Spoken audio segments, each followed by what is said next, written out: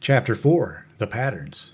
During all this time, the noble mob was slowly heaving away, leaving at every angle of the counter either a murmur or a menace, as the waves leave foam or scattered seaweed on the sands, when they retire with the ebbing tide. In about 10 minutes Moliere reappeared, making another sign to D'Artagnan from under the hangings. The latter hurried after him, with Porthos in the rear, and after threading a labyrinth of corridors, introducing him to Monsieur Percerin's room, the old man, with his sleeves turned up, was gathering up in folds a piece of gold-flowered brocade, so as the better to exhibit its luster. Perceiving D'Artagnan, he put the silk aside and came to meet him, by no means radiant with joy, and by no means courteous, but, take it altogether, in a tolerably civil manner. "The captain of the king's musketeers will excuse me, I am sure, for I am engaged." Yes, on the king's costumes, I know. That, my dear Monsieur Percerin, you are making 3, they tell me. 5, my dear sir, 5. 3 or 5, 'tis all the same to me, my dear monsieur, and I know that you will make them most exquisitely. Yes, I know. Once made, they will be the most beautiful in the world. I do not deny it, but that they may be the most beautiful in the world, they must first be made, and to do this, Captain, I am pressed for time. Oh, bah! There are 2 days yet. 'Tis much more than you require, Monsieur Percerin, said D'Artagnan, in the coolest possible manner. Percerin raised his head with the air of a man little accustomed to be contradicted, even in his whims. But D'Artagnan did not pay the least attention to the airs which the illustrious tailor began to assume. "My dear Monsieur Percerin," he continued, "I bring you a customer." "Aha!" exclaimed Percerin, crossly. "Monsieur le Baron du Vallon de Bracieux de Pierrefonds," continued D'Artagnan. Percerin attempted a bow, which found no favor in the eyes of the terrible Porthos, who, from his first entry into the room, had been regarding the tailor askance. "A very good friend of mine," concluded D'Artagnan. "I will attend to monsieur," said Percerin, "but later." "Later? But when?" "When I have time." "You have already told my valet as much," broke in Porthos discontentedly. "Very likely," said Percerin. "I am nearly always pushed for time." "My friend," returned Porthos, sententiously, "there is always time to be found when one chooses to seek it." Percerin turned crimson, an ominous sign indeed in old men blanched by age. "Monsieur is quite at liberty to confer his custom elsewhere." "Come, come, Percerin," interposed D'Artagnan, "you are not in a good temper today. Well, I will say one more word to you, which will bring you to your knees, monsieur. Monsieur is not only a friend of mine, but more a friend of Monsieur Fouquet's." Ah!" exclaimed the tailor. "That is another thing." Then, turning to Porthos, "Monsieur le Baron is attached to the superintendent?" he inquired. "I am attached to myself," shouted Porthos, at the very moment that the tapestry was raised to introduce a new speaker in the dialogue. Moliere was all observation. D'Artagnan laughed. Porthos swore. "My dear Percerin," said D'Artagnan, "will you make a dress for the Baron? 'Tis I who ask you." "To you I will not say nay, Captain." "But that is not all. Will you make it for him at once?" "'Tis impossible within 8 days." "That, then, is as much as to refuse, because the dress is wanted for the fete at Vaux." "I repeat that it is impossible," returned the obstinate old man. "By no means, dear Monsieur Percerin. Above all, if I ask you," said a mild voice at the door, a silvery voice which made D'Artagnan prick up his ears. It was the voice of Aramis. "Monsieur d'Herblay!" cried the tailor. Aramis, murmured D'Artagnan. Ah, our bishop, said Porthos. Good morning, D'Artagnan. Good morning, Porthos. Good morning, my dear friends, said Aramis. Come, come, Monsieur Percerin, make the Baron's dress, and I will answer for it. You will gratify Monsieur Fouquet. And he accompanied the words with a sign which seemed to say, agree, and dismiss them. It appeared that Aramis had over Master Percerin an influence superior even to D'Artagnan's, for the tailor bowed in assent, and turning round upon Porthos, said, Go and get measured on the other side. Porthos colored in a formidable manner. D'Artagnan saw the storm coming, and, addressing Molière, said to him in an undertone, You see before you, my dear monsieur, a man who considers himself disgraced. If you measure the flesh and bones that heaven has given him, study this type for me, Master Aristophanes, and profit by it. Molière had no need of encouragement, and his gaze dwelt long and keenly on the Baron Porthos. Monsieur, said he, if you will come with me, I will make them take your measure without touching you. Oh, said Porthos, how do you make that out, my friend? I say that they shall apply neither line nor rule to the seams of your dress. It is a new method we have invented for measuring people of quality, who are too sensitive to allow for low-born fellows to touch them. We know some susceptible persons who will not put up with being measured, a process which, as I think, wounds the natural dignity of a man, and if perchance monsieur should be one of these. Corboeuf, I believe I am too. Well, that is a capital and most consolatory coincidence, and you shall have the benefit of our invention. But how in the world can it be done? Asked Porthos, delighted. Monsieur, said Molière, bowing, if you will deign to follow me, you will see.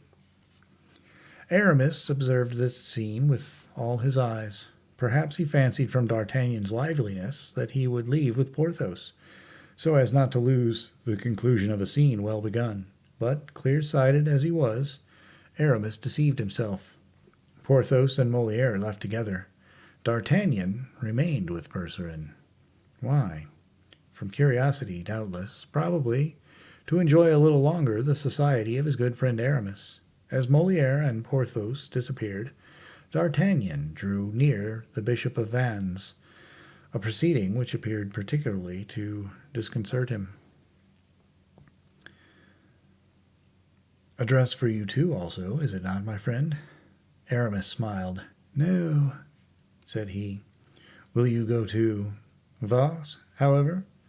I shall go, but without a new dress. You forget, dear D'Artagnan, that a poor Bishop of Vannes is not rich enough to have new dresses for every feat. Bah, said the Musketeer, laughing. And do we write no more poems now, either? Oh, D'Artagnan, exclaimed Aramis, I have long ago given up all such tomfoolery. True, repeated D'Artagnan, only half convinced. As for Percerin, he was once more observed in contemplation of the brocades. Don't you perceive, said Aramis, smiling, that we are greatly boring this good gentleman, my dear D'Artagnan? Ah, murmured the Musketeer aside. That is, I am boring you, my friend. Then aloud, Well then, let us leave. I have no further business here, and if you are as disengaged as I, Aramis— No, not I. I wished— Ah, you had something particular to say to Monsieur Percerin. Why did you not tell me so at once? Something particular, certainly, repeated Aramis, but not for you, D'Artagnan. But at the same time, I hope you will believe that I can never have anything so particular to say that a friend like you may not hear it. Oh, no, I am going, said D'Artagnan, imparting to his voice an evident tone of curiosity, for Aramis's annoyance, well dissembled as it was, had not a whit escaped him, and he knew that, in that impenetrable mind, everything, even the most apparently trivial, was designed to some end, an unknown one, but an end that, from the knowledge he had of his friend's character, the musketeer felt must be important. On his part, Aramis saw that D'Artagnan was not without suspicion, and pressed him. "Stay, by all means," he said. "This is what it is." Then, turning towards the tailor, "My dear Percerin," said he, "I am even very happy that you are here, D'Artagnan." "Oh, indeed!" exclaimed the Gascon for the third time, even less deceived this time than before. Percerin never moved. Aramis roused him violently by snatching from his hands the stuff upon which he was engaged.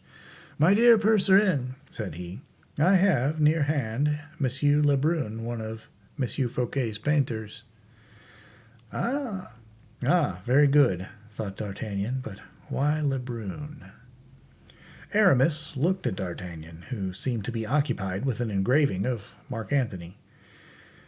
"And you wish that I should make him a dress similar to those of the Epicureans," answered Percerin, and while saying this in an absent manner, the worthy tailor endeavored to recapture his piece of brocade. "An Epicurean's dress?" asked D'Artagnan in a tone of inquiry. "I see," said Aramis, with a most engaging smile. "It is written that our dear D'Artagnan shall know all our secrets this evening. Yes, friend, you have surely heard of Monsieur Fouquet's Epicureans, have you not?" "Undoubtedly. It is not a kind of a poetical society which La Fontaine, Loret, Pelisson, and Molière are members, and which holds its sittings at Saint-Mande?" "Exactly so. Well, we are going to put our poets in uniform and enroll them in a regiment for the king." "Oh, very well. I understand. A surprise Monsieur Fouquet is getting up for the king.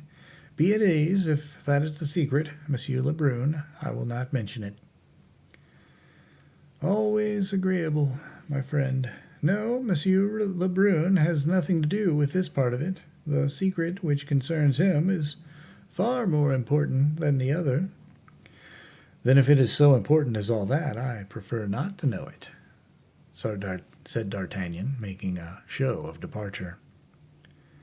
"Come in, Monsieur Lebrun, come in," said Aramis, opening a side door with his right hand and holding back D'Artagnan with his left. "I'faith, I, too, am quite in the dark," quoth Percerin. Aramis took an opportunity, as is said in theatrical manners. "My dear Monsieur Percerin," Aramis continued, "you are making 5 dresses for the king, are you not? 1 in brocade, 1 in hunting cloth, 1 in velvet, 1 in satin, and 1 in Florentine stuffs." Yes, but how do you know all that, Monseigneur?" said Percerin, astounded. "It is all very simple, my dear monsieur. There will be a hunt, a banquet, concert, promenade, and a reception. These 5 kinds of dress are required by etiquette." "You know everything, Monseigneur." "And a thing or two in addition," muttered D'Artagnan. "But," cried the tailor in triumph, "what you do not know, Monseigneur, Prince of the Church though you are, what nobody will know, what only the king, Mademoiselle de la Vallière, and myself know, is the color of the materials and nature of the ornaments, and the cut, the ensemble, the finish of it all." "Well," said Aramis, "that is precisely what I have come to ask you, dear Percerin." "Ah, bah!" exclaimed the tailor, terrified, though Aramis had pronounced these words in his softest and most honeyed tones. The request appeared, on reflection, so exaggerated, so ridiculous, so monstrous to Monsieur Percerin, that first he laughed to himself, then aloud, and finished with a shout. D'Artagnan followed his example, not because he found the matter so very funny, but in order not to allow Aramis to cool. "At the outset, I appear to be hazarding an absurd question, do I not?" said Aramis. "But D'Artagnan, who is incarnate wisdom itself, will tell you that I could not do otherwise than ask you this." Let us see, said the attentive musketeer, perceiving with his wonderful instinct that they had only been skirmishing till now, and that the hour of battle was approaching. Let us see, said Percerin incredulously.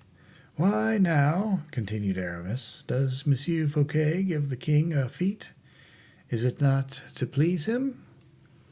Assuredly, said Percerin. D'Artagnan nodded assent.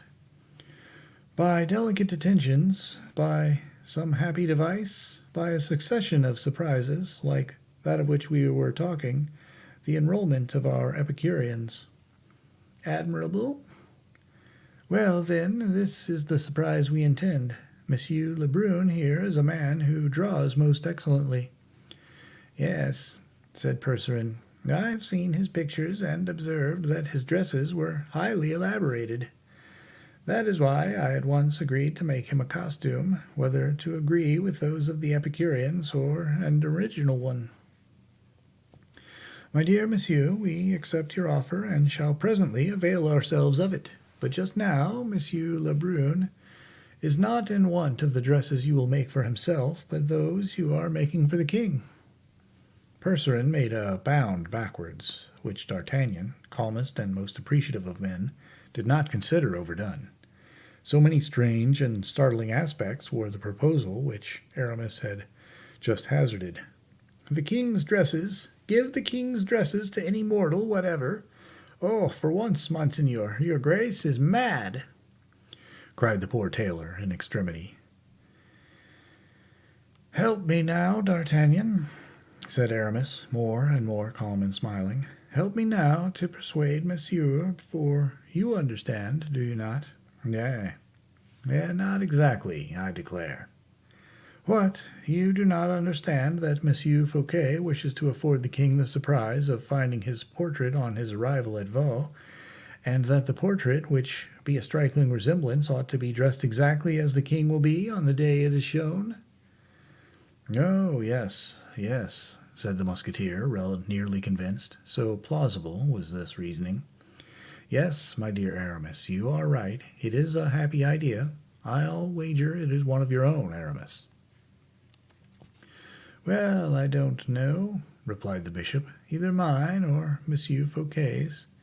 Then, scanning Percerin after noticing D'Artagnan's hesitation, well, Monsieur Percerin, he asked, what do you say to this? I say that you are, doubtless, free to refuse, I know well, and I by no means count upon compelling you, my dear monsieur.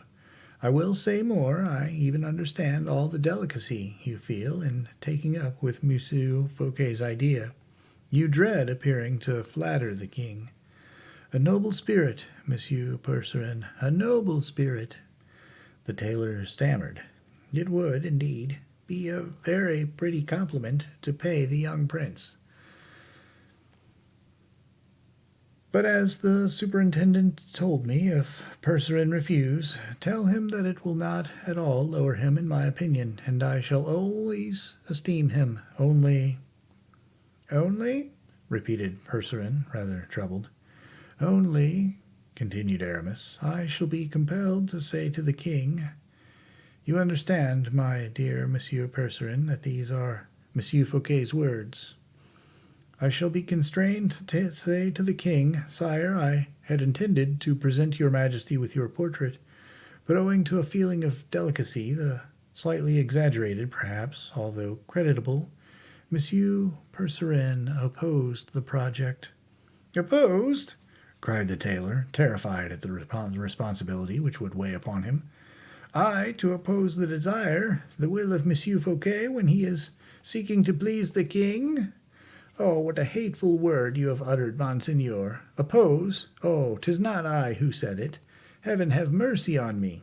I call the captain of the musketeers to witness it. It is not true, Monsieur D'Artagnan, as that I have opposed nothing. D'Artagnan made a sign indicating that he wished to remain neutral. He felt that there was an intrigue at the bottom of it. Whether comedy or tragedy, he was at his wits' end at not being able to fathom it, but in the meanwhile wished to keep clear. But already Percerin, goaded by the idea that the king was to be told He stood in the way of a pleasant surprise, had offered Lebrun a chair, and proceeded to bring from a wardrobe 4 magnificent dresses, the 5th being still in the workman's hands.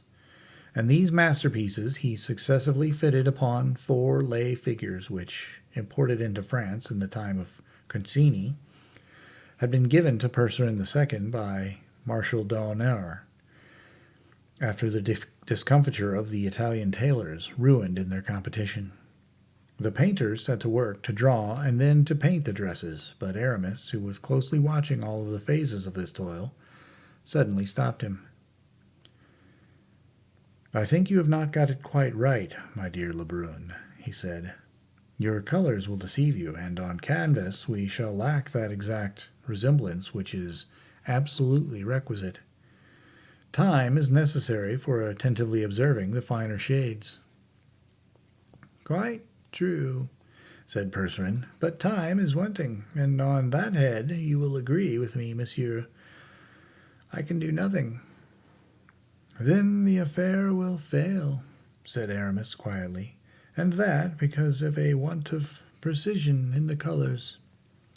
Nevertheless, Lebrun went on copying the materials and ornaments with the closest fidelity, a process which Aramis watched with ill-concealed impatience. "What in the world, now, is the meaning of this imbroglio?" the musketeer kept saying to himself. "That will never do," said Aramis. "Monsieur Lebrun, close your box and roll up your canvas." "But, monsieur," cried the vexed painter, "the light is abominable here." "An idea, Monsieur Lebrun, an idea. If we had a pattern of the materials, for example, and with time and a better light—" "Oh, then," cried Lebrun, "I would answer for the effect." "Good," said D'Artagnan. "This ought to be the knotty point of the whole thing. They want a pattern of each of the materials. Mordioux, will this Percerin give in now?" Percerin, beaten from his last retreat, and duped, moreover, by the feigned good nature of Aramis, cut out 5 patterns and handed them to the Bishop of Vannes. "I like this better. That is your opinion, is it not?" said Aramis to D'Artagnan. "My dear Aramis," said D'Artagnan, "my opinion is that you are always the same." "And consequently always your friend," said the bishop in a charming tone. "Yes, yes," said D'Artagnan aloud, then in a low voice, "if I am your dupe, double Jesuit that you are, I will not be your accomplice, and to prevent it, 'tis time I left this place. Adieu, Aramis," he added aloud. "Adieu, I am going to rejoin Porthos." "Then wait for me," said Aramis, pocketing the patterns, "for I have done, and shall be glad to say a parting word to our dear old friend." Lebrun packed up his paints and brushes. Percerin put back the dresses into the closet. Aramis put his hand on his pocket to assure himself the patterns were secure, and they all left the study. Chapter 5, where, probably, Molière obtained his first idea of the bourgeoisie gentilhomme. D'Artagnan found Porthos in the adjoining chamber, but no longer an irritated Porthos or a disappointed Porthos, but Porthos radiant, blooming, fascinating, and chattering with Molière, who was looking upon him with a species of idolatry, and as a man who had not only never seen anything greater, but not even anything ever so great. Aramis went straight up to Porthos and offered him his white hand, which lost itself in the gigantic clasp of his old friend. An operation which Aramis never hazarded without a certain uneasiness, but the friendly pressure having been performed not too painfully, the Bishop of Vannes passed over to Molière. "Well, monsieur," said he, "will you come to me with me to the Saint Mande?" "I will go anywhere you like, monseigneur," answered Molière. "To Saint Mande!" "To Saint Mande!" cried Porthos, surprised at seeing the proud Bishop of Vannes fraternizing with a journeyman tailor. What, Aramis, are you going to take this gentleman to Saint-Mande? Yes, said Aramis, smiling. Our work is pressing. And besides, my dear Porthos, continued D'Artagnan, Monsieur Molière is not altogether what he seems. In what way? Asked Porthos. Why, this gentleman is one of Monsieur Percerin's chief clerks, and is expected at Saint-Mande to try on the dresses which Monsieur Fouquet has ordered for the Epicureans. "'Tis precisely so," said Molière. "Yes, monsieur."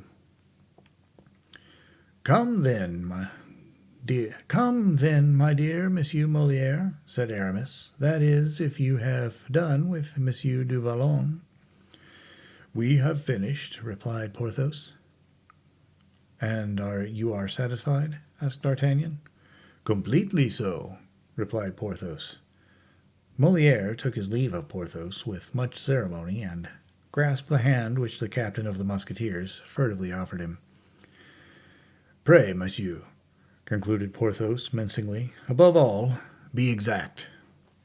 "You will have your dress the day after tomorrow, Monsieur le Baron," answered Molière, and he left with Aramis. Then D'Artagnan, taking Porthos's arm, "What has this tailor done for you, my dear Porthos," he asked, "that you are so pleased with him?" "What has he done for me, my friend? Done for me?" cried Porthos enthusiastically. "Yes, I ask you, what has he done for you?" "My friend, he has done that which no tailor ever yet accomplished. He has taken my measure without touching me." "Ah, bah, tell me how he did it." "First, then, they went, I don't know where, for a number of lay figures of all heights and sizes, hoping there would be one to suit mine. For the largest, that of the drum major of the Swiss Guard, was 2 inches too short and half a foot too narrow in the chest. Indeed, it is exactly as I tell you, D'Artagnan, but he is a great man, or at the very least a great tailor, is this Monsieur Molière. He was not at all put at fault by the circumstance." "What did he do then?" "Oh, it is a very simple matter, i'faith. 'Tis an unheard-of thing that people should have been so stupid as to not have discovered this method from the first. What annoyance and humiliation they would have spared me!" "Not to mention of the costumes, my dear Porthos." "Yes, 30 dresses." "Well, my dear Porthos, come, tell me Monsieur Molière's plan." "Molière, you can call him so, do you? I shall make a point of recollecting his name."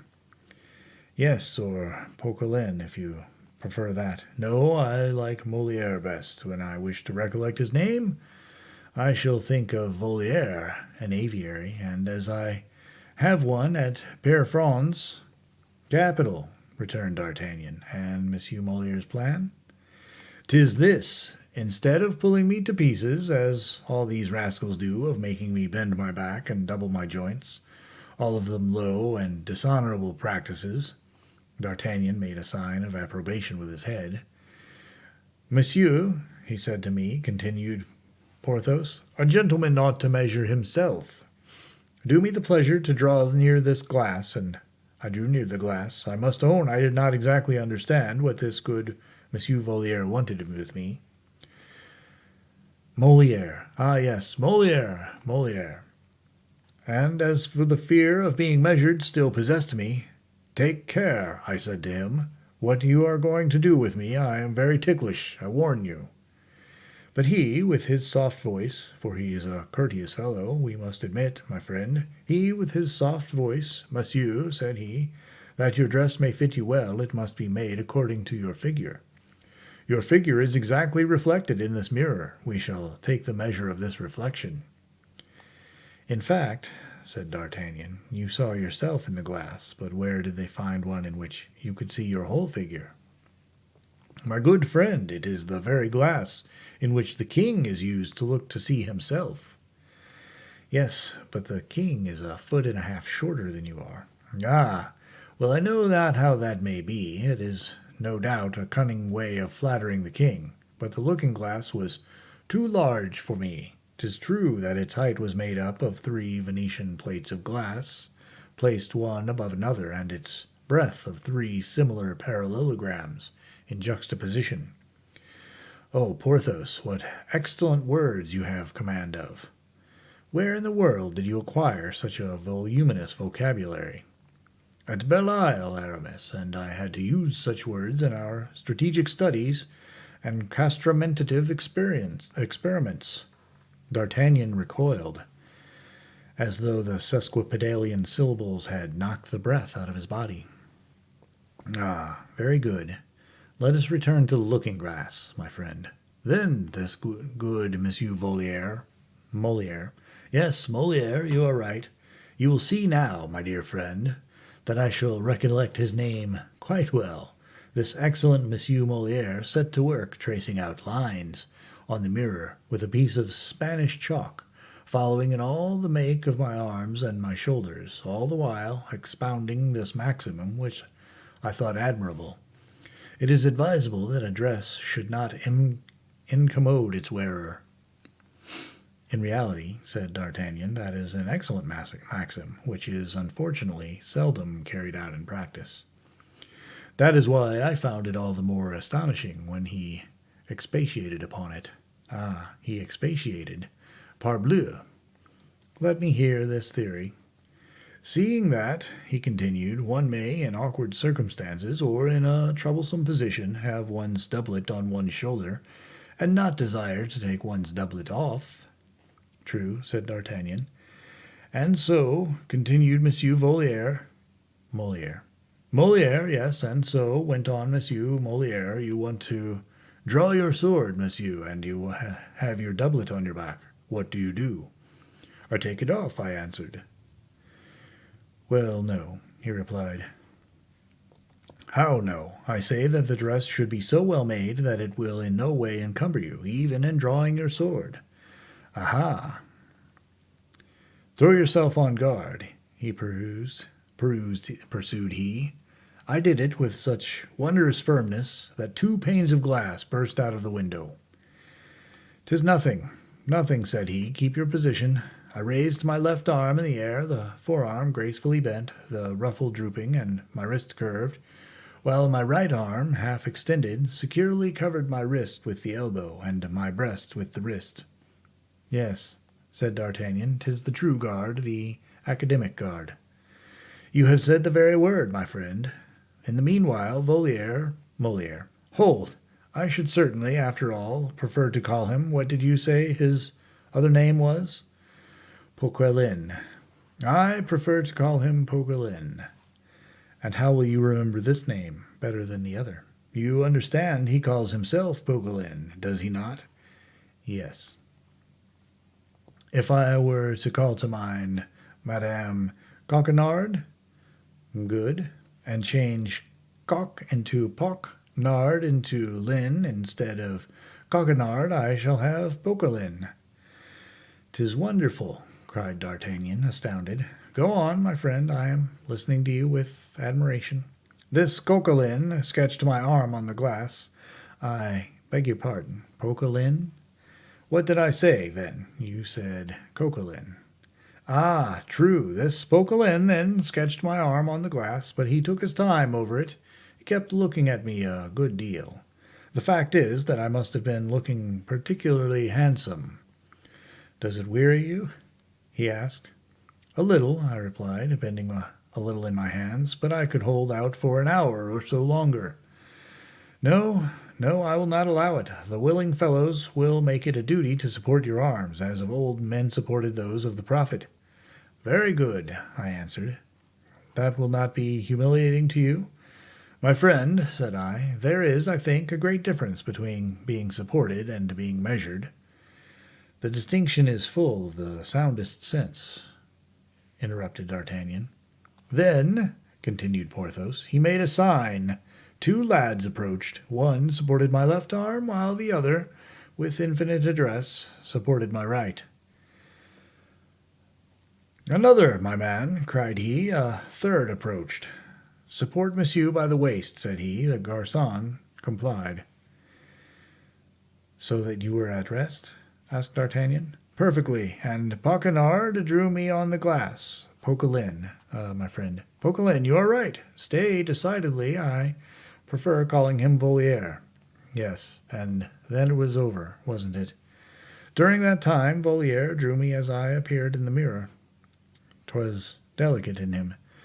I much liked the plan. It is respectful and keeps everyone in his place.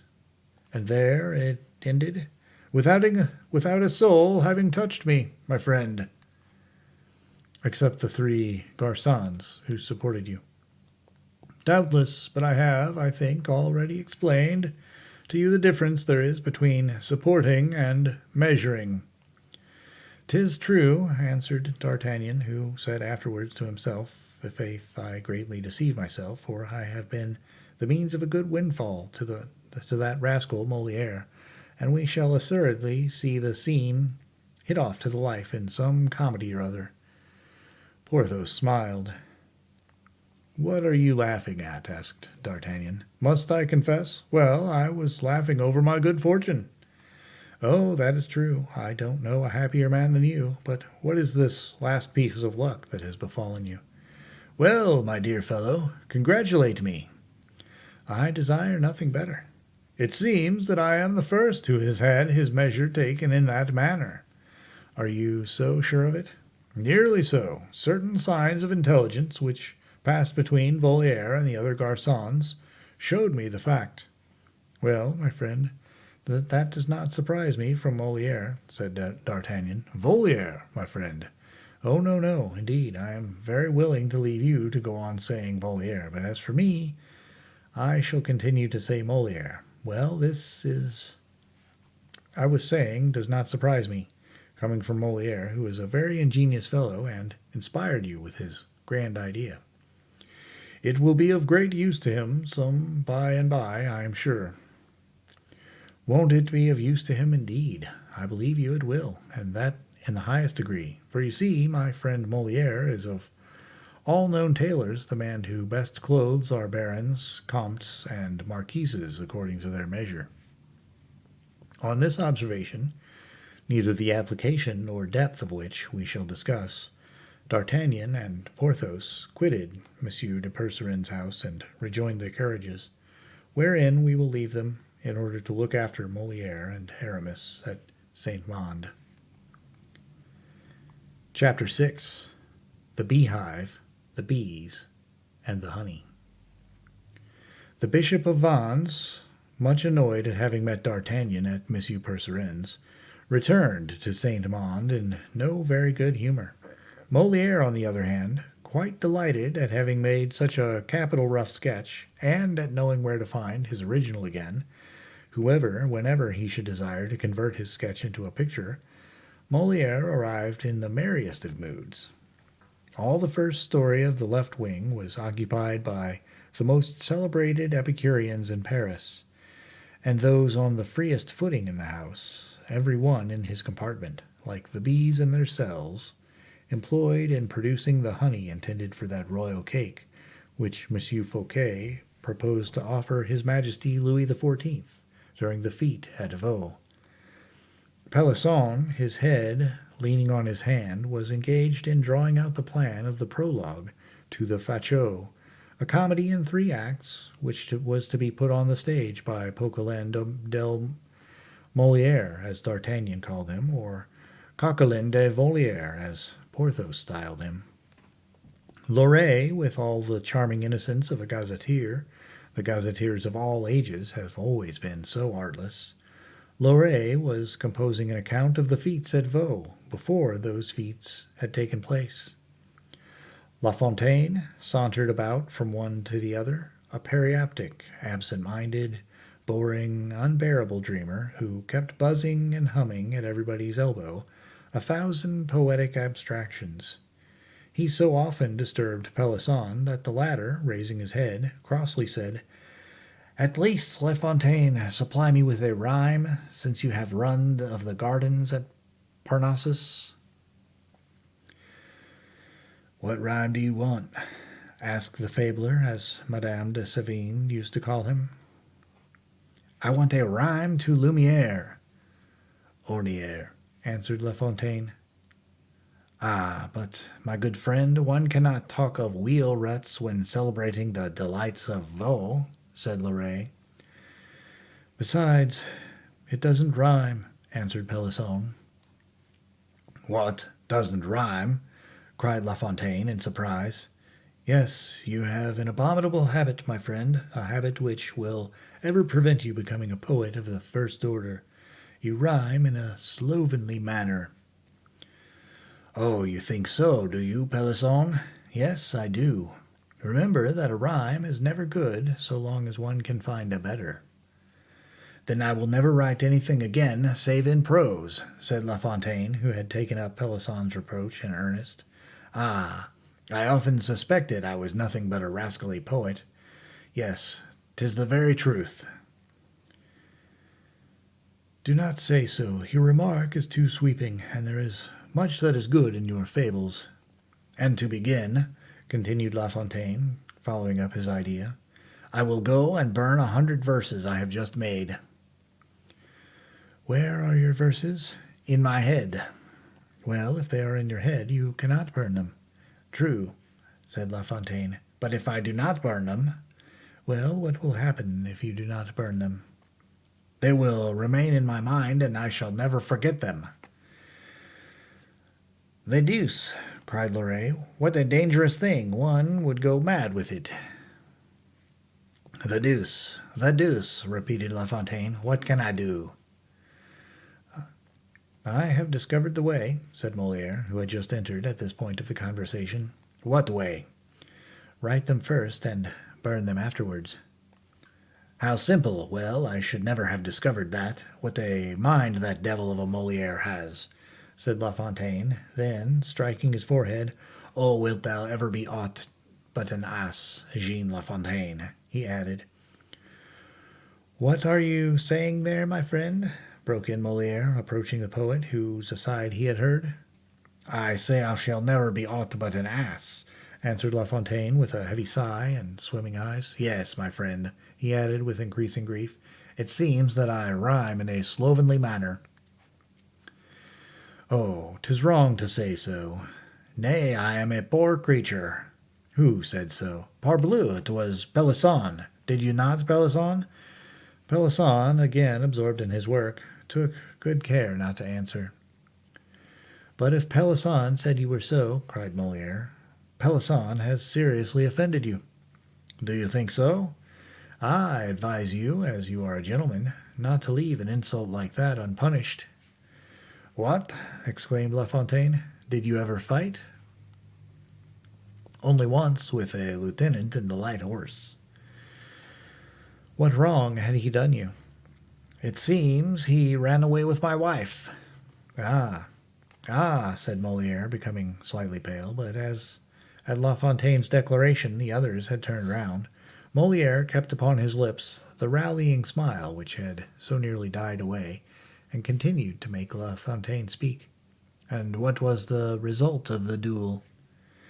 The result was that on the ground my opponent disarmed me and then made an apology, promising never again to set foot in my house. And you considered yourself satisfied? Not at all. On the contrary, I picked up my sword. I beg your pardon, monsieur, I said. I have not fought you because you were my wife's friend, but because I was told I ought to fight. So, as I have never known any peace save since you made her acquaintance, do me the pleasure to continue your visits as heretofore, or morbleu, let us set to again. And so, continued La Fontaine, he was compelled to resume his friendship with Madame, and I continue to be the happiest of husbands. All burst out laughing. Molière alone passed his hand across his eyes. Why? Perhaps to wipe away a tear, perhaps to smother a sigh. Alas, we know that Molière was a moralist, but he was not a philosopher. "'Tis all one," he said, returning to the topic of the conversation. "Pelisson has insulted you." Ah, truly, I had already forgotten it. "And I am going to challenge him on your behalf." Well, you can do so if you think it indispensable. I do think it indispensable, and I am going to— Stay, exclaimed La Fontaine. I want your advice. Upon what? This insult? No.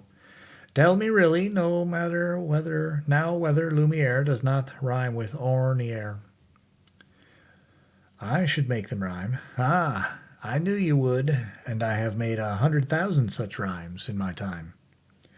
100,000? Cried La Fontaine. 4 times as many as La Pucelle, which Monsieur Chaplin is meditating. It is also on this subject, too, that you have composed 100,000 verses. Listen to me, you eternally absent-minded creature, said Molière. It is certain, continued La Fontaine, that legume, for instance, rhymes with posthume. In the plural, above all. Yes, above all in the plural, seeing that when it rhymes not with 3 letters, but with 4, as Ornière does with Lumière. But give me Ornières and Lumieres in the plural, my dear Pelisson, said La Fontaine, clapping his hand on the shoulder of his friend, whose insult he had quite forgotten, and they will rhyme. Hem, coughed Pelisson. Molière says so, and Molière is a judge of such things. He declares he has himself made 100,000 verses. Come, said Molière, laughing. He is off now. It is like rivage, which rhymes admirably with herbage. I would take my oath of it. But, said Molière, I tell you all this, continued La Fontaine, because you are preparing a divertissement for Vaux, are you not? Yes, the Fachot. Ah, yes, the Fachot, yes, I recollect. Well, I was thinking a prologue would admirably suit your divertissement. Doubtless it would suit capitally. Ah, are you of my opinion? So much so that I have asked you to write this very prologue. You asked me to write it? Yes, you, and on your refusal begged you to ask Pelisson, who is engaged upon it at this moment. Ah, that is what Pelisson is doing then? I'faith, my dear Molière, you are indeed often right. When?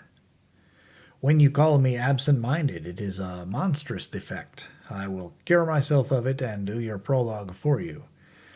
But inasmuch as Pelisson is about it, ah, true, miserable rascal that I am. Loret was indeed right in saying that I was a poor creature. It was not Loret who said so, my friend. Well, then, whoever said so, 'tis the same to me, and so your divertissement is called Fachot, and we can make you Heriot rhyme with Fachot? If obliged, yes. And even with Caperceau? Oh, no, no. It would be hazardous, and yet why so? There is too great a difference in the cadences. I was fancying, said La Fontaine, leaving Molière for Loret. I was fancying. What were you fancying? Said Loret in the middle of a sentence. Make haste. You are writing the prologue to the Fachot, are you not? No, mordieu, it is Pelisson. Ah, Pelisson, cried La Fontaine, going over to him. I was fancying, he continued, that the nymph of Vaux. Ah, beautiful, cried Loret. The nymph of Lavaux. Thank you, La Fontaine. You have just given me the 2 concluding verses of my paper. Well, if you can rhyme so well, La Fontaine, said Pelisson, tell me now in what way you would begin my prologue. I would say, for instance, O nymph who, after who, I should place a verb in the second person singular of the present indicative, and should go on thus, 'tis grot profound. But the verb, asked Pelisson. To admire the greatest king of all the kings round, continued La Fontaine. But the verb, obstinately insisted Pelisson. This second person singular of present indicative. Well, then, quittest. Oh, nymph, who quittest now this grot profound, to admire the greatest king of kings, all kings round. You would not put who quittest, would you? Why not? Quittest after you who? Ah, my dear fellow, exclaimed La Fontaine, you are a shocking pedant. Without counting, said Molière, that the second verse, King of all kings round, is very weak, my dear La Fontaine. Then you see clearly I am nothing but a poor creature, a shuffler, as you said. I never said so. Then as Loret said, and it was not Loret either, it was Pelisson. Well, Pelisson was right 100 times over, but what annoys me more than anything, my dear Molière, is that I fear we shall not have our Epicurean dresses. You expected yours, then, for the feet? Yes, for the feet, and then for after the feet. My housekeeper told me that my own is rather faded. Diable, your housekeeper is right, rather more than faded. Ah, you see, resumed La Fontaine, the fact is I left it on the floor in my room, and my cat, well, your cat, she made her nest upon it, which has rather changed its color. Molière burst out laughing. Pelisson and Loret followed his example. At this juncture the Bishop of Vannes appeared, with a roll of plans and parchment under his arm, as if the angel of death had chilled all gay and sprightly fancies, as if that wan form had scared away the graces to whom Xenocrates sacrificed. Silence immediately reigned through the study, and everyone resumed his self-possession and his pen. Aramis distributed the notes of invitation and thanked them in the name of Monsieur Fouquet. The superintendent, he said, being kept to his room by business, could not come and see them, but begged them to send him some of the fruits of their day's work, to enable him to forget the fatigue of his labor in the night. At these words all settled down to work. La Fontaine placed himself at a table, and set his rapid pen an endless dance across the smooth white vellum. Pelisson made a fair copy of his prologue. Molière contributed 50 fresh verses, with which his visit to Percerin had inspired him. Loret, an article on the marvellous feats he predicted, and Aramis, laden with his booty like the king of the bees, that great black drone decked with purple and gold, re-entered his apartment, silent and busy. But before departing, "Remember, gentlemen," said he, "we leave tomorrow evening." "In that case I must give notice at home," said Molière. "Yes, poor Molière," said Loret, smiling. "He loves his home." "He loves, yes," replied Molière with his sad, sweet smile. "He loves. That does not mean they love him." "As for me," said La Fontaine, "they love me at Chateau Thierry, I am very sure."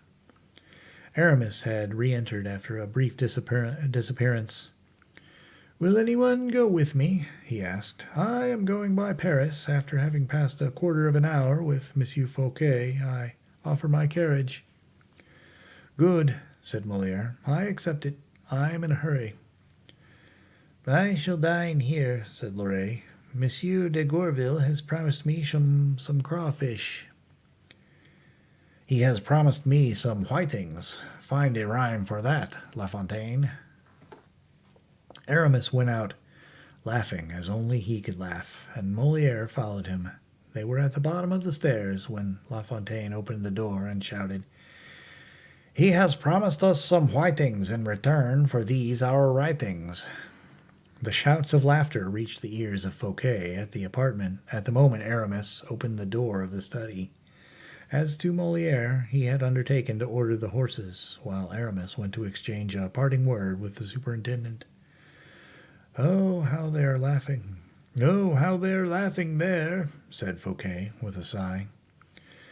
"Do you not laugh, monseigneur?" "I laugh no longer now, Monsieur d'Herblay. The fete is approaching. Money is departing." "Have I not told you that was my business?" "Yes, you promised me millions."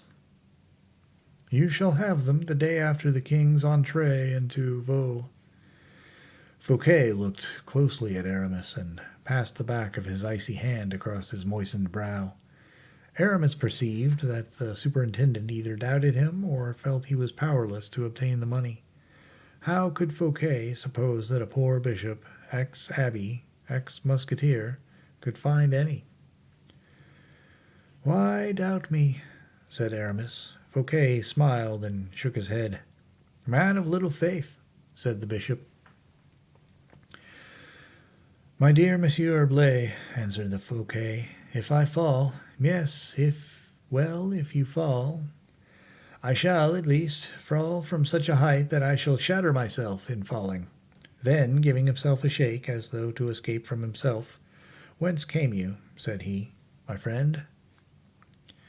From Paris, from Percerin. And what have you been doing at Percerin's? For I suppose you attach no great importance to our poet's dresses? No, I went to prepare a surprise. A surprise? Yes, which you are going to give to the king. And will it cost much? Oh, 100 pistoles you will give Lebrun. A painting. Ah, all the better. What is this painting to represent? I will tell you, then, at the same time, whatever you may say or think of it. I went to see the dresses for our poets. Bah, and they will be rich and elegant? Splendid. There will be a few great monseigneurs with so good. People will see the difference there is between the courtiers of wealth and those of friendship. Ever generous and grateful, dear prelate.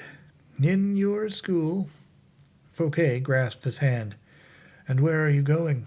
He said. I am off to Paris, when you shall have given a certain letter. For whom? Monsieur de Lyon. And what do you want with Lyon? I wish to make him sign a lettre de cachet. Lettre de cachet? Do you desire to put somebody in the Bastille? On the contrary, to let somebody out. And who? A poor devil, a youth, a lad who has been bastilled these 10 years for 2 Latin verses he made against the Jesuits. 2 Latin verses, and for 2 Latin verses the miserable being has been in prison for 10 years? Yes, and he has committed no other crime? Beyond this, he is as innocent as you or I. On your word? On my honor, and his name is Selden. Yes, but it is too bad. You knew this, and you never told me. 'Twas only yesterday his mother applied to me, monseigneur. And the woman is poor, in the deepest misery. Heaven, said Fouquet, sometimes bears with such injustice on earth that I hardly wonder there are wretches who doubt of its existence. Stay, Monsieur d'Herblay. And Fouquet, taking a pen, wrote a few rapid lines to his colleague, Lyon. Aramis took the letter and made ready to go. Wait, said Fouquet. He opened his drawer and took out 10 government notes, which were there, each for 1,000 francs. Stay, he said, set the son at liberty and give this to the mother, but above all do not tell her. What, monseigneur? That she is 10,000 livres richer than I. She would say I am but a poor superintendent. Go, and I pray that God will bless those who are mindful of his poor. So also do I pray, replied Aramis, kissing Fouquet's hand. And he went out quickly, carrying off the letter for Lyon and the notes for Selden's mother, and taking up Molière, who was beginning to lose patience. Chapter 7.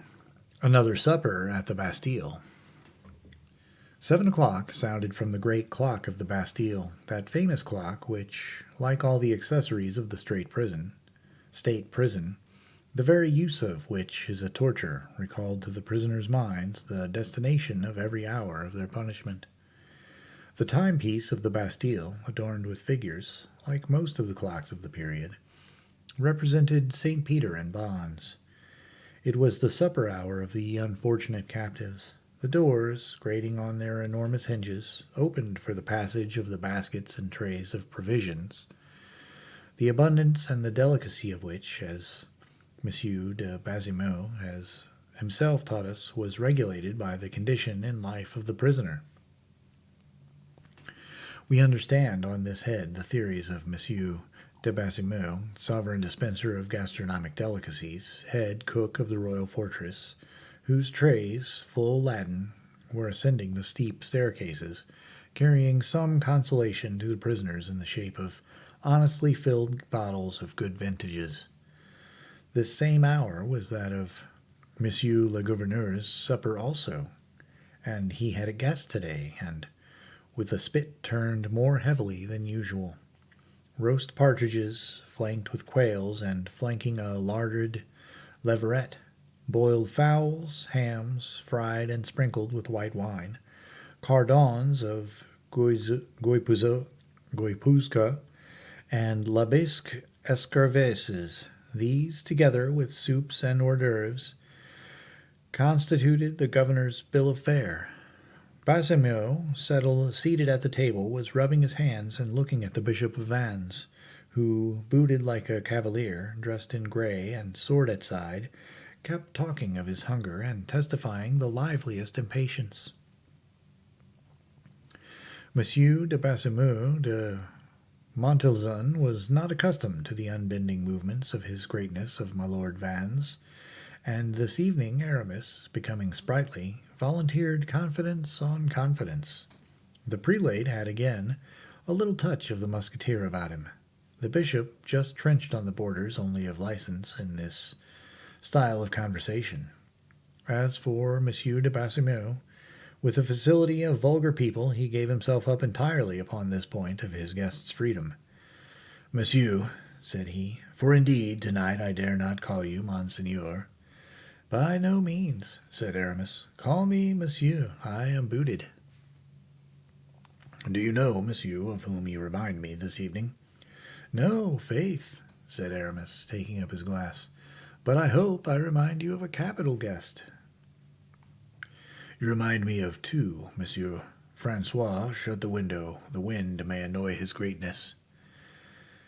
"And let him go," added Aramis. "The supper is completely served, and we shall eat it very well without waiters. I like exceedingly to be tete-a-tete when I am with a friend." Baisemeaux bowed respectfully. "I like exceedingly," continued Aramis, "to help myself." "Retire, Francois," cried Baisemeaux. "I was saying that your greatness puts me in mind of two persons. One, very illustrious, the late cardinal, the great Cardinal de la Rochelle, who wore boots like you." "Indeed, and the other?"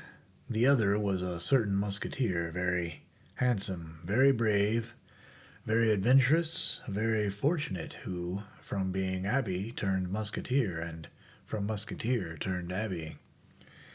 Aramis condescended to smile. "From abbé," continued Baisemeaux, encouraged by Aramis's smile, "from abbé, bishop, and from bishop—" "Ah, stay there, I beg!" exclaimed Aramis. "I have just said, monsieur, that you gave me the idea of a cardinal." "Enough, Monsieur Baisemeaux. As you say, I have on the boots of a cavalier, but I do not intend, for all that, to embroil myself with the church this evening." "But you have wicked intentions, nevertheless, Monseigneur." "Oh, yes, wicked, I own, as everything mundane is." "You traverse the town and the streets in disguise?" "In a disguise, as you say." "And you still make use of your sword?" "Yes, I should think so, but only when I am compelled. Do me the pleasure to summon Francois." "Have you no wine there?" "'Tis not for wine, but because it is hot here, and the window is shut." "I shut the windows at supper time, so as not to hear the sounds of the arrival of couriers." "Ah, yes, you hear them when the window is open?" "But too well, and that disturbs me, you understand." "Nevertheless, I am suffocated. Francois." Francois entered. "Open the windows, I pray you, Master Francois," said Aramis. "You will allow him, dear Monsieur Baisemeaux?" "You are at home here," answered the governor. "The window was opened. Do you not think," said Monsieur Baisemeaux, "that you will find yourself very lonely now Monsieur de la Fère has returned to his household at Blois, he is a very old friend, is he not? You know it as I do, Basimio, seeing that you were in the musketeers with us. Bah, with my friends, I reckon neither bottle of wines nor years. And you are right, but I do more than love Monsieur de la Fere, dear Basimio. I venerate him. Well, for my part, though, 'tis singular, said the governor. I prefer Monsieur d'Artagnan to him. There is a man for you, who drinks long and well. That kind of people allow you at least to penetrate their thoughts. Basimio, you make me tipsy tonight. Let us have a merry time of it as of old. And if I have a trouble at the bottom of my heart, I promise you shall see it as you would a diamond at the bottom of your glass. Bravo, said Basimio, and he poured out a great glass of wine and drank it off at a draught.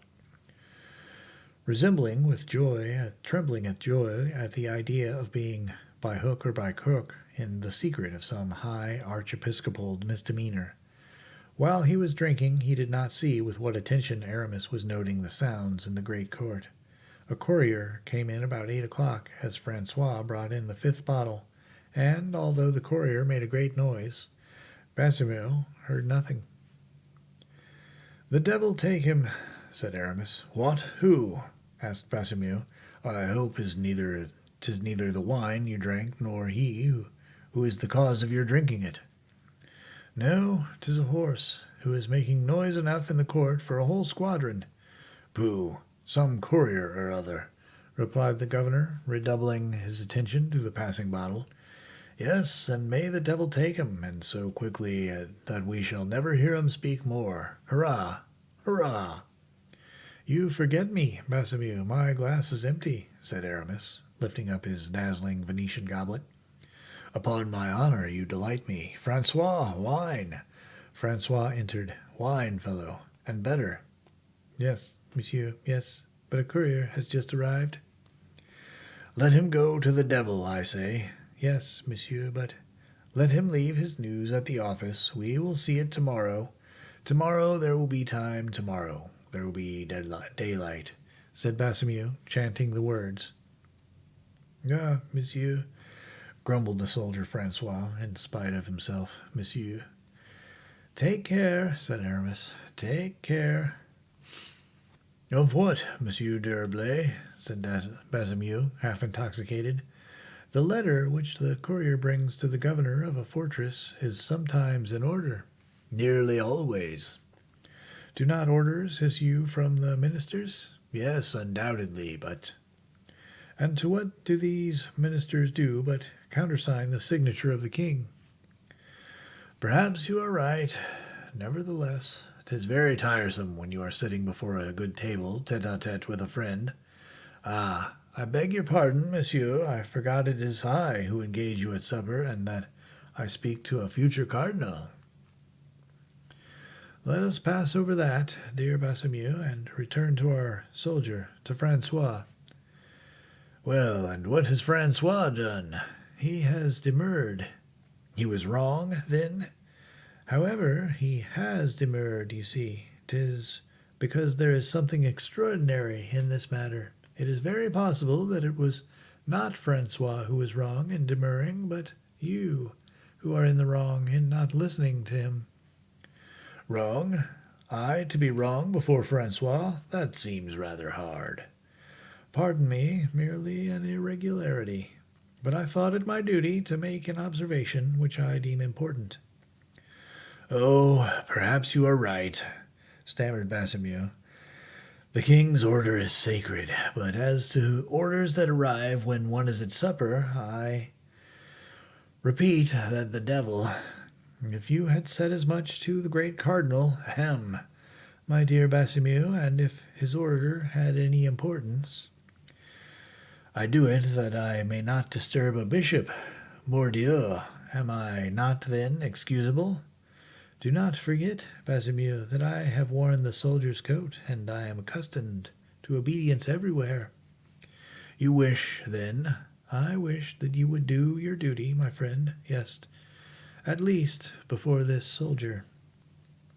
"'Tis mathematically true," exclaimed Basimio. Francois still waited. "Let them send this order of the king's up to me," he repeated, recovering himself, and he added in a low tone, "Do you know what it is? I will tell you something about it as interesting as this. Beware of fire near the powder magazine, or look close after such and such a one who is clever at escaping. Ah, if you only knew, Monseigneur, how many times I have been suddenly awakened from the very sweetest, deepest slumber by messengers arriving at full gallop to tell me, or rather, bring me a slip of paper containing these words: 'Monsieur Baisemeaux, what news?' 'Tis clear enough that those who waste their time writing such orders have never slept in the Bastille. They would know better. They have never considered the thickness of my walls, the vigilance of my officers, the number of rounds we go. But indeed, what can you expect, Monseigneur? It is their business to write and torment me when I am at rest, and to trouble me when I am happy," added Baisemeaux, bowing to Aramis. "Then let them do their business." "And do you do yours," added the bishop, smiling. Francois re-entered. Baisemeaux took from his hands the minister's order. He slowly undid it, and as slowly read it. Aramis, pretending to be drinking, so as to be able to watch his host through the glass. Then Baisemeaux, having read it, "What was I just saying?" he exclaimed. "What is it? What is it?" asked the bishop. "An order of release. There now, excellent news indeed to disturb us." "Excellent news for him whom it concerns, you will at least agree, my dear governor." "And at 8 o'clock in the evening. It is charitable." "Oh, charity is all very well, but it is for that fellow who says he is so weary and tired, but not for me who am amusing myself," said Baisemeaux, exasperated. "Will you lose by him, then? And is the prisoner who is to be set at liberty a good payer?" "Oh, yes, indeed, a miserable 5-franc rat." "Let me see it," asked Monsieur d'Herblay. It is no indiscretion?" "By no means. Read it." "There is 'urgent' on the paper. You have seen that, I suppose?" "Oh, admirable. Urgent. A man who has been here 10 years. It is urgent to set him free today, this very evening at 8 o'clock. Urgent." And Baisemeaux, shrugging his shoulders with an air of supreme disdain, flung the orders on the table and began eating again. "They're fond of these tricks," he said, with his mouth full. "They seize a man some fine day, keep him under lock and key for 10 years, and write to you, 'Watch this fellow well,' or 'Keep him very strictly,' and then, as soon as you are accustomed to look upon the prisoner as a dangerous man, all of a sudden, without rhyme or reason, they write to you, 'Set him at liberty,' and actually add to their missive, 'Urgent.' You alone, my lord, is enough to make a man at dinner shrug his shoulders." "What do you expect? It is for them to write," said Aramis, "for you to execute the order." "Good, good, execute it. Oh, patience, you must not imagine that I am a slave." "Gracious heaven, monsieur, very good Monsieur Baisemeaux. Whoever said so? Your independence is well known." "Thank heaven." "But your goodness of heart is also known." "Ah, don't speak of it." "And your obedience to your superiors. Once a soldier, you see." "Baisemeaux, always a soldier." "And I shall directly obey, and tomorrow morning at daybreak the prisoner referred to shall be set free." "Tomorrow?" "At dawn." "Why not this evening, seeing that the letter de cachet bears both on the direction and inside, 'Urgent'?" "Because this evening we are at supper, and our affairs are urgent too." "Dear Baisemeaux, booted though I be, I feel myself a priest, and charity has higher claims upon me than hunger and thirst. This unfortunate man has suffered long enough, since you have just told me that he has been your prisoner these 10 years. Abridge his suffering. His good time has come. Give him the benefit quickly. God will repay you in paradise with years of felicity. You wish it, I entreat you. What, in the very middle of our repast? I implore you. Such an action is worth 10 Benedictites.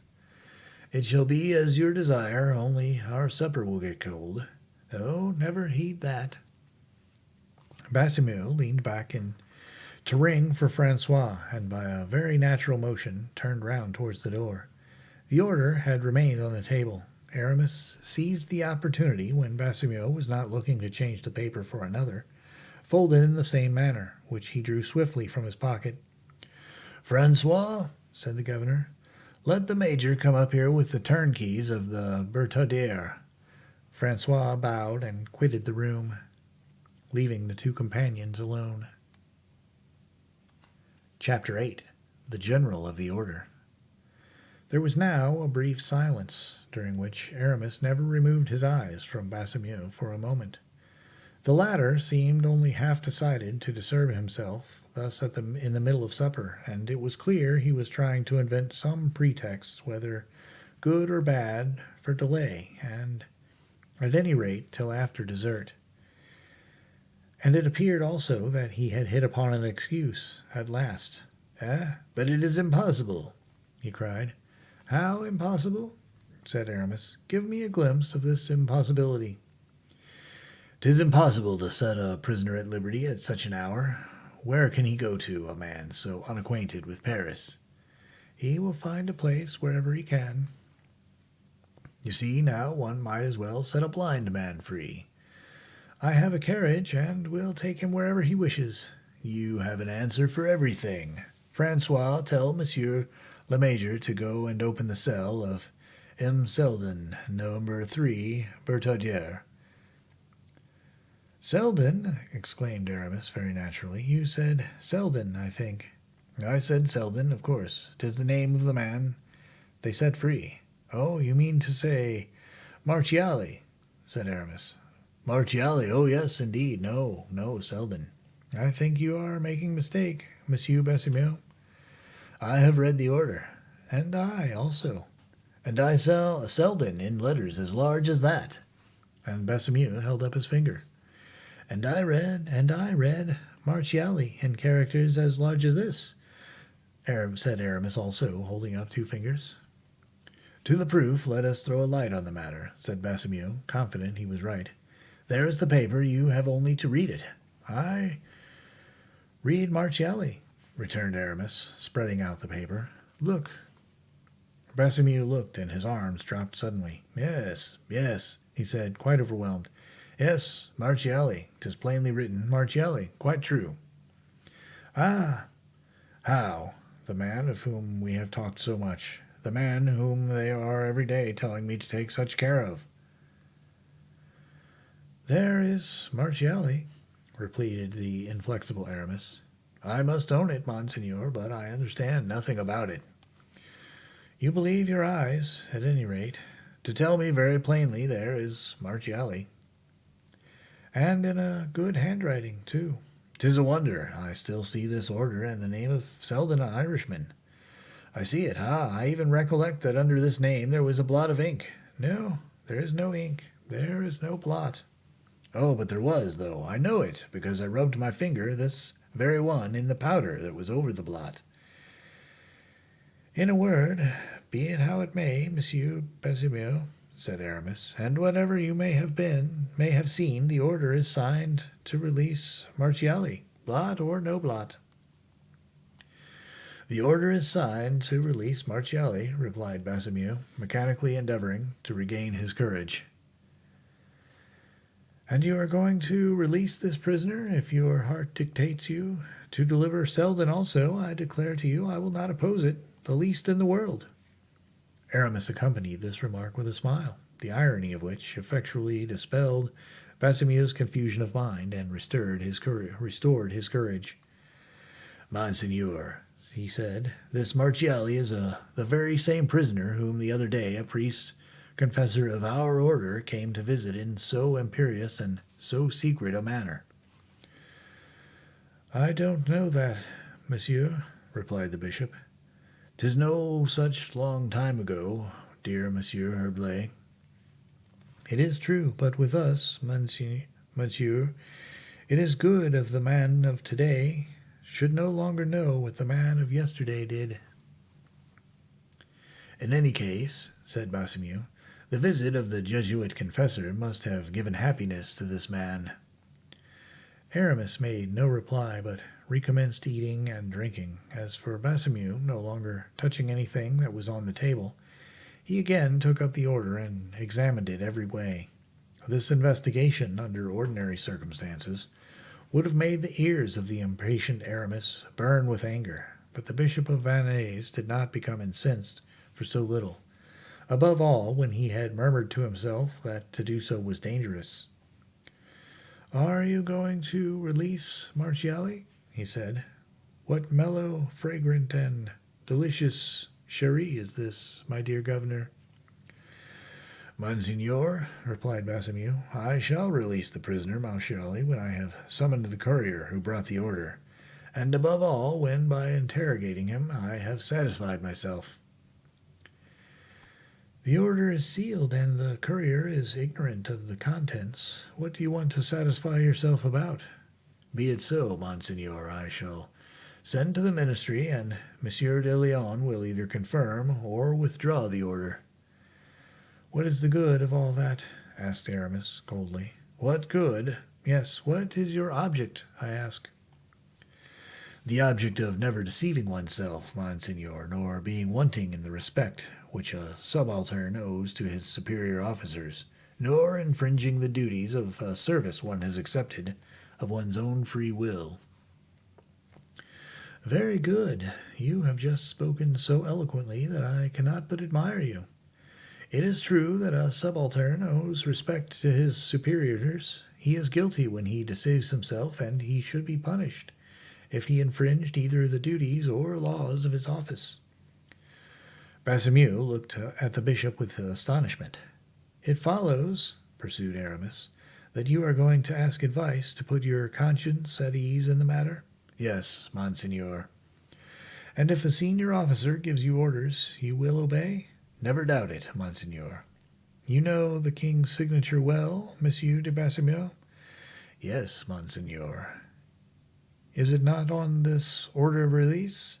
"It is true, but it may." "Be forged, you mean?" "That is evident, Monseigneur." "You are right. And that of Monsieur de Leon?" "I see it plain enough on the order, but for the same reason that the king's signature may have been forged, so also, and with even greater probability, may Monsieur de Leon's."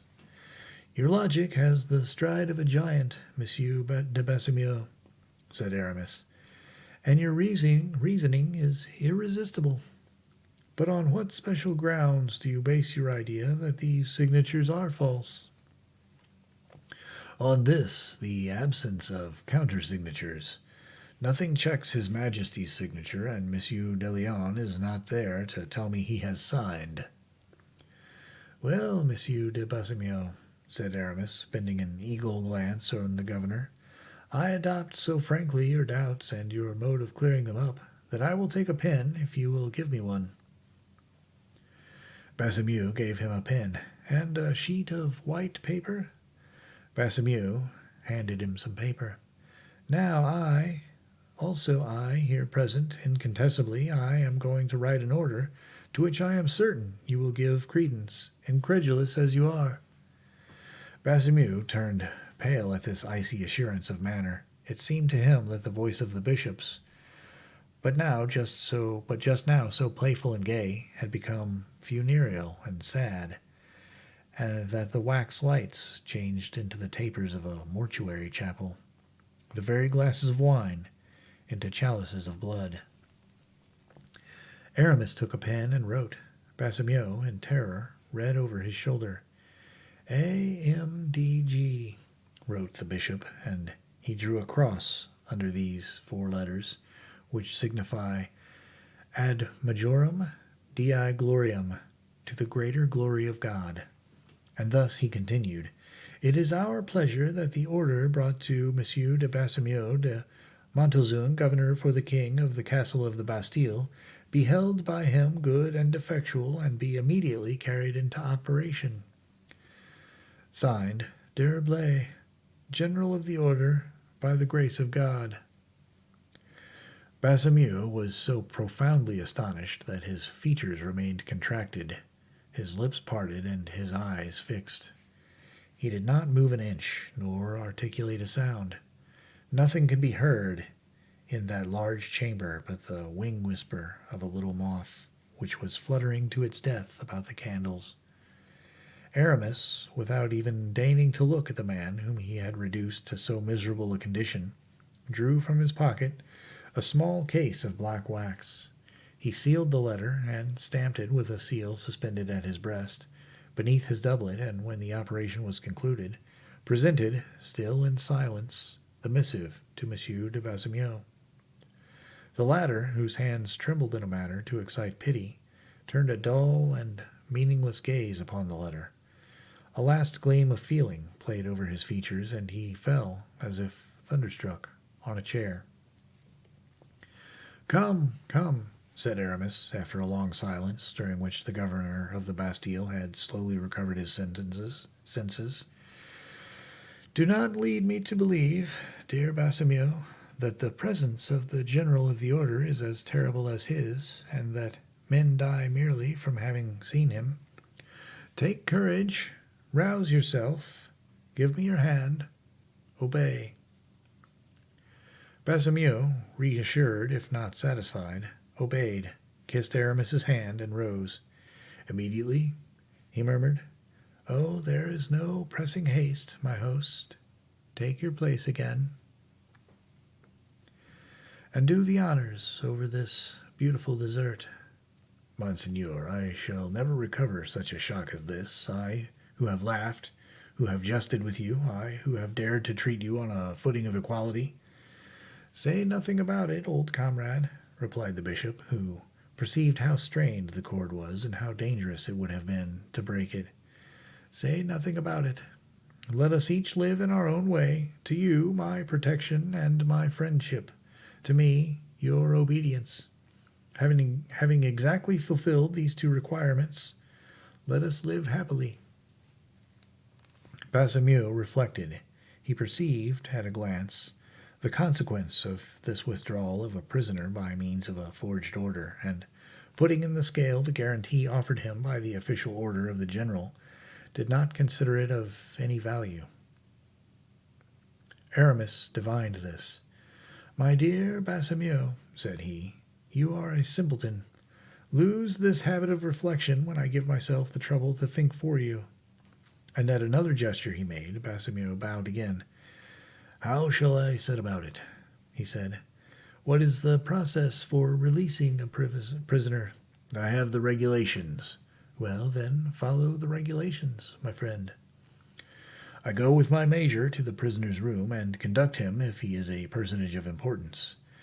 "But this Marchiali is not an important personage," said Aramis, carelessly. "I don't know," answered the governor, as if he would have said, "It is for you to instruct me." "Then, if you don't know it, I am right. So act towards Marchiali as you act toward one of obscure station." "Good. The regulations so provide. They are to the effect that the turnkey, or one of the lower officials, shall bring the prisoner before the governor in the office." "Well, 'tis very wise, that. And then?" "Then return to the prisoner the valuables he wore at the time of his imprisonment, his clothes and papers, if the minister's orders have not otherwise dictated." "What was the minister's order as to this Marchiali?" "Nothing, for the unhappy man arrived here without jewels, without papers, and almost without clothes." "See how simple, then, all is. Indeed, Bassemeux, you make a mountain of everything. Remain here, and make them bring the prisoner to the governor's house." Bassemeux obeyed. He summoned his lieutenant and gave him an order, which the latter passed on, without disturbing himself about it, to the next whom it concerned. Half an hour afterwards they heard a gate shut in the court. It was to the door to the dungeon, which had just rendered up its prey to the free air. Aramis blew out all the candles which lighted the room but one, which he left burning behind the door. This flickering glare prevented the sight from resting steadily on any object. It multiplied tenfold the changing forms and shadows of the place by its wavering uncertainty. Steps drew near. "Go and meet your men," said Aramis to Baisemeaux. The governor obeyed. The sergeant and turnkeys disappeared. Baisemeaux re-entered, followed by a prisoner. Aramis had placed himself in the shade. He saw, without being seen. Baisemeaux, in an agitated tone of voice, made the young man acquainted with the order which set him at liberty. The prisoner listened without making a single gesture or saying a word. "You will swear, 'tis the regulation that requires it," added the governor, "never to reveal anything that you have seen or heard in the Bastille." The prisoner perceived a crucifix. He stretched out his hands and swore with his lips. "And now, monsieur, you are free. Whither do you intend going?" The prisoner turned his head, as if looking behind him for some protection on which he ought to rely. Then it was that Aramis came out of the shade. "I am here," he said, "to render the gentleman whatever service he may please to ask." The prisoner slightly reddened, and, without hesitation, passed his arm through that of Aramis. "God have you in this holy keeping," he said, in a voice the firmness of which made the governor tremble, as much as the form of the blessing astonished him. Aramis, on shaking hands with Baisemeaux, said to him, "Does my order trouble you? Do you fear their finding it here, should they come to search?" "I desire to keep it, monseigneur," said Baisemeaux. "If they found it here, it would be a certain indication I should be lost, and in that case you would be a powerful and a last auxiliary for me." "Being your accomplice, you mean," answered Aramis, shrugging his shoulders. "Adieu, Baisemeaux," said he. The horses were in waiting, making each rusty spring reverberate the carriage again with their impatience. Baisemeaux accompanied the bishop to the bottom of the stairs. Aramis caused his companion to mount before him, then followed, and, without giving the driver any further order, "Go on," said he. The carriage rattled over the pavement of the courtyard. An officer with a torch went before the horses and gave orders at every post to let them pass. During the time taken in opening all the barriers, Aramis barely breathed, and you might have heard his sealed heart knock against his ribs. The prisoner, buried in a corner of the carriage, made no more sign of life than his companion. At length, a jolt more severe than the others announced to them that they had cleared the last watercourse. Behind the carriage closed the last gate, that in the Rue Saint-Antoine. No more walls either on the right or the left. Heaven everywhere, liberty everywhere, and life everywhere. The horses, kept in check by a vigorous hand, went quietly as far as the middle of the Faubourg. There they began to trot, little by little, whether they were warming to their work or whether they were urged. They gained in swiftness, and once past Bercy, the carriage seemed to fly, so great was the ardor of the coursers. The horses galloped thus as far as Villeneuve-Saint-Georges, where the relays were waiting. Then 4 instead of 2 whirled the carriage away in the direction of Melun, and pulled up for a moment in the middle of the forest of Saint-Art. No doubt the order had been given the postilion beforehand, for Aramis had no occasion even to make a sign. "What is the matter?" asked the prisoner, as if waking from a long dream. "The matter is, monseigneur," said Aramis, "that before going further it is necessary your Royal Highness and I should converse." "I will wait an opportunity, monsieur," answered the young prince. "We could not have a better, monseigneur. We are in the middle of a forest, and no one can hear us. The postilion of this relay is deaf and dumb, monseigneur." "I am at your service, Monsieur d'Herblay." "Is it your pleasure to remain in the carriage?" "Yes, we are comfortably seated, and I like this carriage, for it has restored me to liberty." "Wait, monseigneur, there is yet a precaution to be taken." "What?" We are on the highway. Cavaliers or carriages traveling like ourselves might pass, and, seeing us stopping, deem us in some difficulty. Let us avoid offers of assistance which would embarrass us. Give the postilion orders to conceal the carriage in one of the side avenues. 'Tis exactly what I wished to do, monseigneur. Aramis made a sign to the deaf and dumb driver of the carriage, whom he touched on the arm. The latter dismounted, took the leaders by the bridle, and led them over the velvet sward and mossy grass of a winding alley, at the bottom of which, on this moonless night, the deep shades formed a curtain blacker than ink. This done, the man lay down on a slope near his horses, who, on either side, kept nibbling the young oak shoots. "I am listening," said the young prince to Aramis. "But what are you doing there?" "I am disarming myself of my pistols, of which we have no further need, monseigneur."